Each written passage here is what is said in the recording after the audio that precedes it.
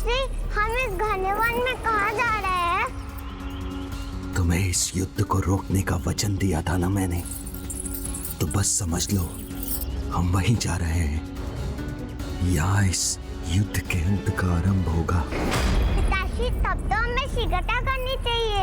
इस युद्ध का अंत होगा, तभी तो आपकी चिंताएं मिटेगी। कहीं तुम्हारा स्नेह मुझे दुर्बल ना कर दे, इसलिए इस घटना का अंत तो मैं भी चाहता हूँ।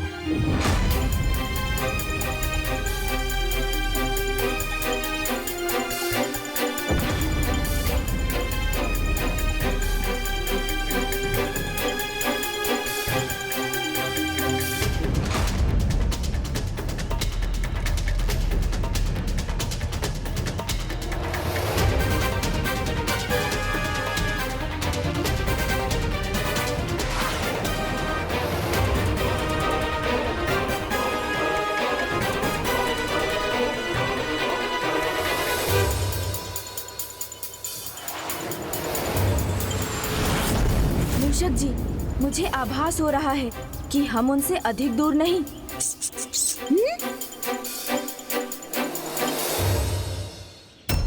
गणेश जी, गणेश जी।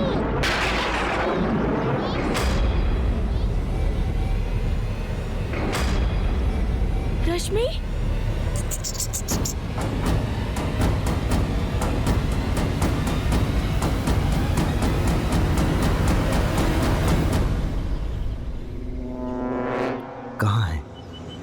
कहाँ है गणेश जी? वहाँ।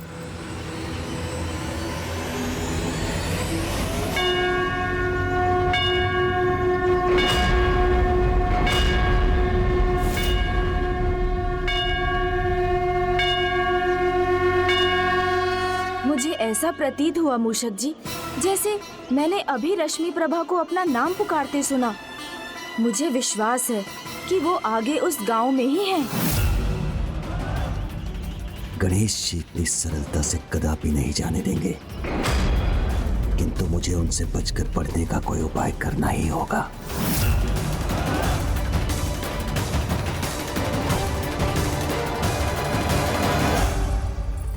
पिताश्री, ये सभी गणेश जी के मंदिर क्यों पहुँचे हैं? आज उनकी पूजा का कोई विशेष दिवस है क्या? संकष्टी। आज संकष्टी है पुत्री। संकष्टी, ये क्या होता है माता? इस वार्तालाप का समय नहीं है हमारे पास, हमें विलंब हो रहा है। आज गणपति संकष्टी पे गणेश प्रभु को भोग चढ़ाने की प्रथा है। मेरी भी इच्छा थी कि मैं प्रभु के लिए खीर पकाकर उन्हें अपने हाथों से भोग प्रस्तुत करूं। खीर का भोग? मैं भविष्य में आपको अपने हाथों से खीर बनाकर खिलाना चाहती हूँ। आप आएंगे ना प्रभु? अवश्य आऊंगा। मुझे गणेश जी से हमारा पीछा छुड़ाने की युक्ति मिल गई है, किंतु इस दरिद्र वृद्धा का इतना सौभाग्य कहाँ। खीर के लिए दूध और गुड़ तो क्या, मेरे पास चावल का एक दाना भी नहीं है। और अगले संकष्टी तक इस वृद्ध शरीर में प्राण ही न रहे तो मेरी इच्छा अधूरी रह जाएगी। पुत्री, इस वृद्धा की अवस्था तुम्हें विचलित कर रही है ना?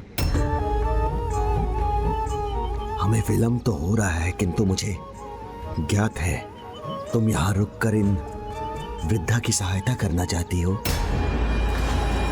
तो वही करेंगे हम। सच पिताश्री? हाँ हाँ, अवश्य पुत्री। मैं खीर के लिए चावल, दूध और गुड़ की व्यवस्था करता हूँ। तुम भी इनकी सहायता में एक महान योगदान दे सकती हो। मैं? किंतु कैसे पिताश्री? प्रभु गणेश जी ने तुम्हें वचन दिया था ना कि तुम्हारे बुलाने पर वो खीर खाने अवश्य आएंगे। हाँ। इन वृद्धा के इस अंतिम चरण में तुम प्रभु गणेश जी का आह्वान कर अपने स्थान पर उनसे इन वृद्धा के हाथों खीर खाने का अनुरोध कर सकती हो। और मुझे विश्वास है कि तुम्हें दिया हुआ वचन कभी नहीं टालेंगे और प्रभु की प्रतिमा के स्थान पर उनके प्रत्यक्ष दर्शन पाकर इनका जीवन भी सफल हो जाएगा। ये तो बहुत अच्छा सुझाव है पिताश्री। मैं गणेश जी की प्रार्थना करती हूँ, वो अवश्य आएंगे। उचित है, रुको। वो आभूषण रहेंगे तो रश्मि को ढूंढ नहीं पाएंगे गणेश जी। खीर की सामग्री लेने के लिए मुझे तुम्हारे इन आभूषणों की आवश्यकता होगी।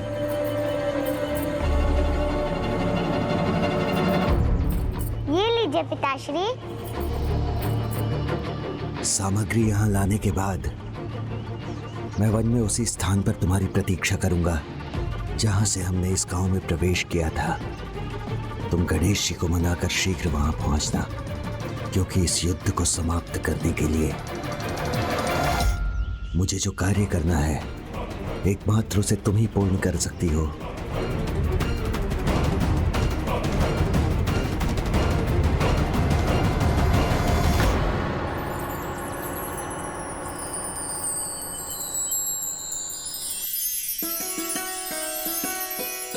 आज आपकी मनोकामना अवश्य पूर्ण होगी माता।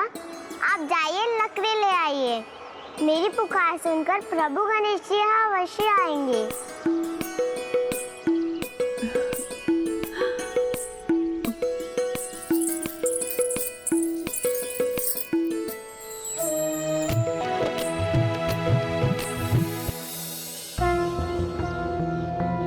ओम गण गणपते नमः।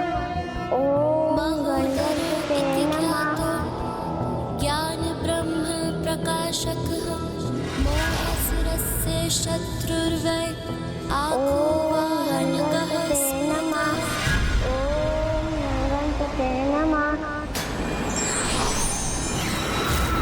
मैंने कहा था ना मूषक जी, वो निकट ही कहीं है। उसके मंत्रोच्चारण का स्वर सुनकर उसकी ओर बढ़िए। जो आज्ञा प्रभु।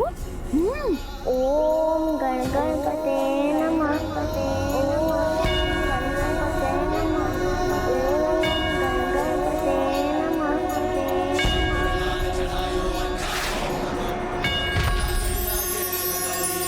प्रभु गणेश जी, मुझे पता था आप मेरी पुकार सुनकर अवश्य आएंगे।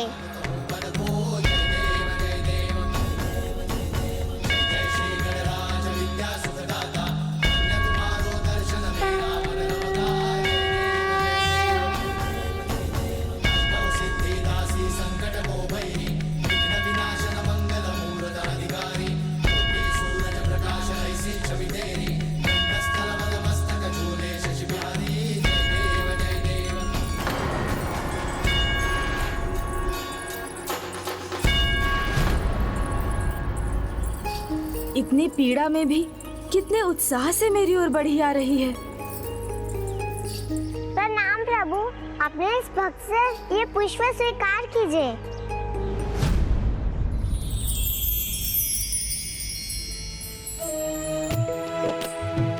तुम्हारा सदा कल्याण हो रश्मि प्रभा। प्रणाम प्रभु। बालिका, जिस प्रकार श्री माता ललिता अपने सिंहासन पर विराजमान होती हैं, उसी प्रकार इस शिला पर बैठ जाओ। किंतु प्रभु, मैं माता के समान कैसे? रश्मि प्रभा, मुझ पर विश्वास करो, बैठ जाओ। उचित है गणेश जी।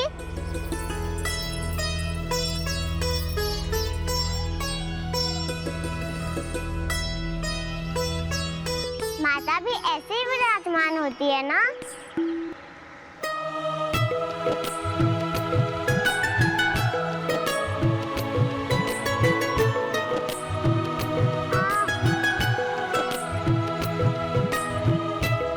तुम्हें इन कांटों की चुभन का आभास भी नहीं हो रहा था क्या? हो तो रहा था गणेश जी, किंतु पिताश्री का कार्य शीघ्र संपन्न हो, इसलिए मैं रुकना नहीं चाहती थी।